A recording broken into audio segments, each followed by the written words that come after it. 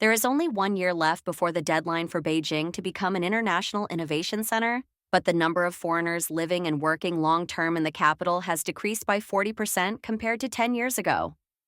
China issues fewer than 900 green cards each year under the Permanent Residence Program, while the United States issues 1.2 million green cards annually, plus 1.5 million work visas. After the epidemic, a large number of foreigners evacuated, and the connection between global headquarters and Chinese businesses has also shrunk one.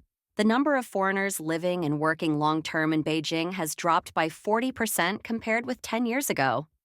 On November 3rd, the South China Morning Post stated in the article, "How many foreigners work in the Chinese capital? Fewer and fewer, that only 1 year remains before the deadline for Beijing to achieve its goal as an international innovation center, yet only 22,000 foreigners are now living and working in the Chinese capital long-term. Compared to 37,000 foreigners a decade ago, this represents a decline of more than 40%. An assessment report compiled by the Beijing International Talent Exchange Association, released at a forum in late October, noted that 10 years ago, 37,000 foreigners worked in the capital. In recent years, however, the number has continued to decrease, with foreign workers now comprising only 0.2% of the workforce and 0.1% of the population. By comparison, foreigners account for over 2% of the population in Japan, 20 times that of Beijing. Since the end of the epidemic, Beijing's foreign community has undergone a major shift. The report also indicated that, in addition to the significant reduction in long-term foreign workers, the composition of foreign workers has changed considerably. Americans and Europeans, who made up 16% in 2019, now account for just 12%, while Africans now comprise 31%, up from a significantly lower proportion a decade ago. The proportion of Russians and Eastern Europeans has also risen from 11% in 2019 to 16%. The Beijing Labor and Employment newspaper, sponsored by the Human Resources Bureau, cited the report, stating that African professionals are highly interested in working in China and that talent from Eastern Europe and Russia represents a new growth source. In 2014, most of the 37,000 foreigners working long-term in Beijing were from the United States, Japan, South Korea, Germany, and Australia. According to China News Service at the time, these foreigners worked primarily in IT, education, consulting, and research, with over 11,000 companies and institutions employing them, from multinationals to joint ventures and domestic companies. 2. China issues fewer than 900 green cards per year under its Permanent Residence Program, whereas the United States issues 1.2 million green cards annually plus 1.5 million work visas.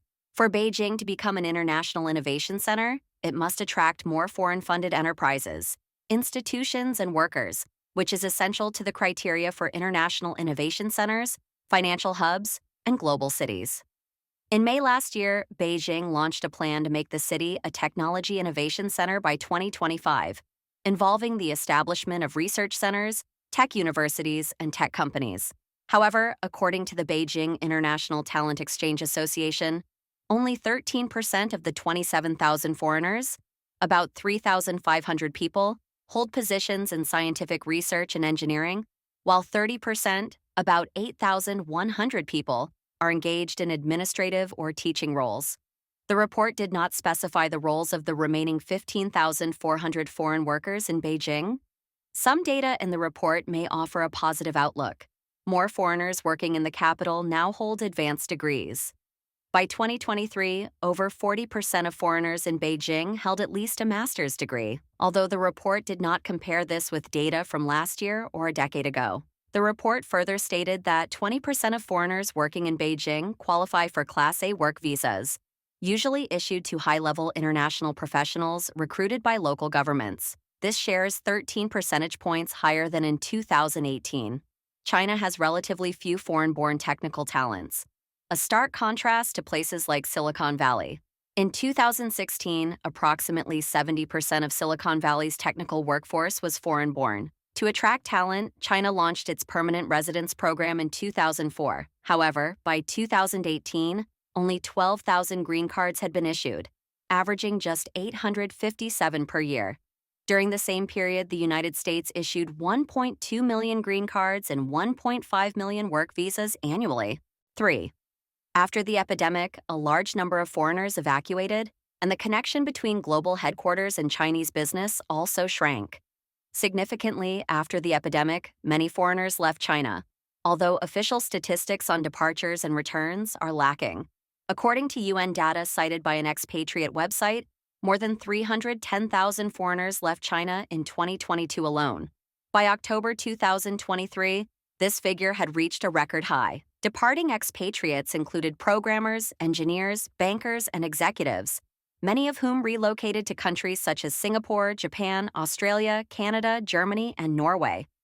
A European Union Chamber of Commerce in China survey from this year reported that, despite the lifting of COVID-19 restrictions and efforts to attract foreign workers, European companies still struggle to draw talent to China. The survey observed a trend of diminishing connections between global headquarters and Chinese operations over the past 2 years, with 41% of respondents reporting this change, which has presented many challenges. Other difficulties include slowed existing operations and reduced capacity to capitalize on new projects or investment opportunities. This assessment comes as cities such as Beijing, Shanghai, Shenzhen, Chongqing, Chengdu, Zhejiang, and Jiangsu in the Yangtze River Delta pursue International Innovation Center projects.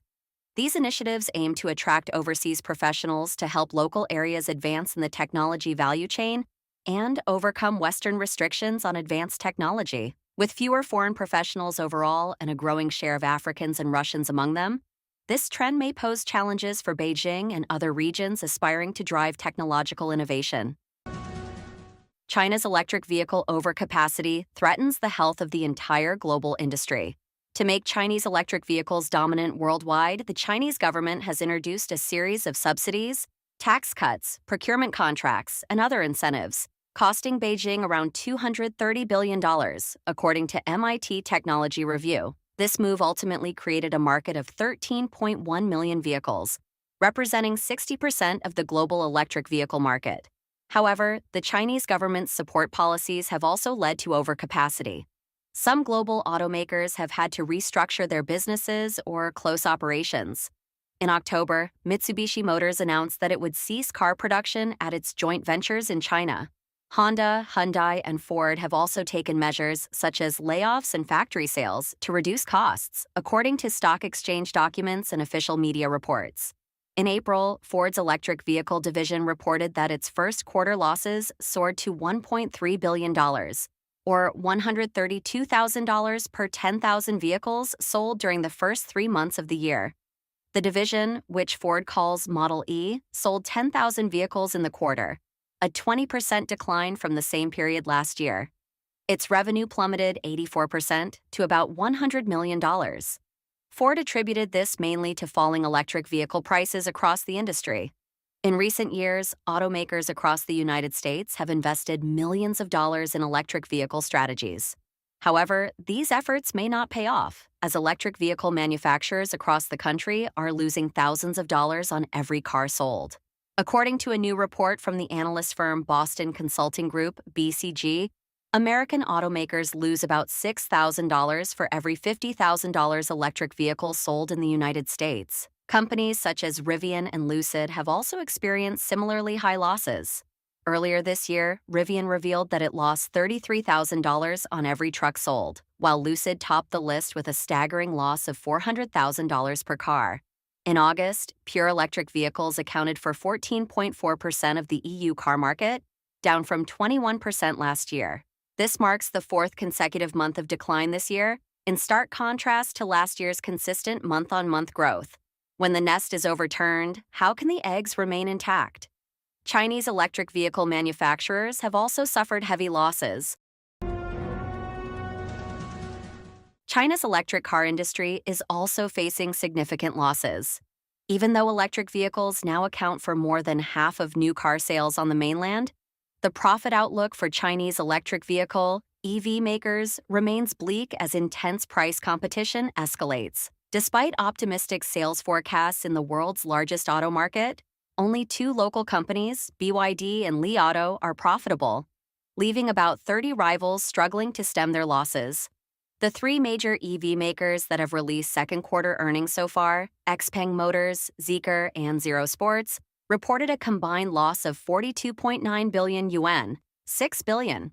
Although this represents a 20% improvement from the 53.5 billion yuan loss a year ago, it has raised new concerns that further price cuts could weaken the industry further. China's WM Motor filed for restructuring in October, while Human Horizons Group, the owner of the premium EV brand Hi-Fi, suspended operations for at least 6 months in February. In August, Guangzhou-based XPeng Motors reported a net loss of 1.28 billion yuan for the second quarter. Zeekr, a premium EV maker controlled by Geely Automobile Holdings, posted a net loss of 1.81 billion yuan in the same period. Operational difficulties have left manufacturers strapped for cash. According to Bloomberg data, by the end of 2023, NIO will need about 295 days to settle accounts payable, most of which are owed to suppliers, compared with 197 days in 2021. Similarly, XPeng Motors, another Chinese electric vehicle manufacturer listed in the U.S., will need 221 days to fulfill its obligations to suppliers and related parties, compared with 179 days in 2021. In the second quarter of last year, NIO lost $835 million, or $35,000 per car sold. Even though the electric vehicle industry is struggling, the Chinese government continues to invest heavily in it. The Chinese government spends massive sums to support the electric vehicle industry. In 2020, when NIO nearly ran out of cash, the local government injected $1 billion in exchange for a 24% stake. A state-owned bank led a group of lenders to inject an additional $1.6 billion. According to research by the Center for Strategic and International Studies, a Washington think tank, the Chinese government's support for electric vehicles totaled $230.9 billion from 2009 to 2023. From 2009 to 2017, the annual average was around $6.74 billion. Government support roughly tripled from 2018 to 2020, then surged again from 2021 onwards. The government support takes 5 main forms: state-approved buyer rebates, exemptions from the 10% sales tax, government funding for infrastructure, mainly charging stations, research and development programs for electric vehicle manufacturers, and government procurement of electric vehicles. The Chinese government is so generous in its assistance for electric vehicles because it views the sector as a strategic opportunity to dominate the global market.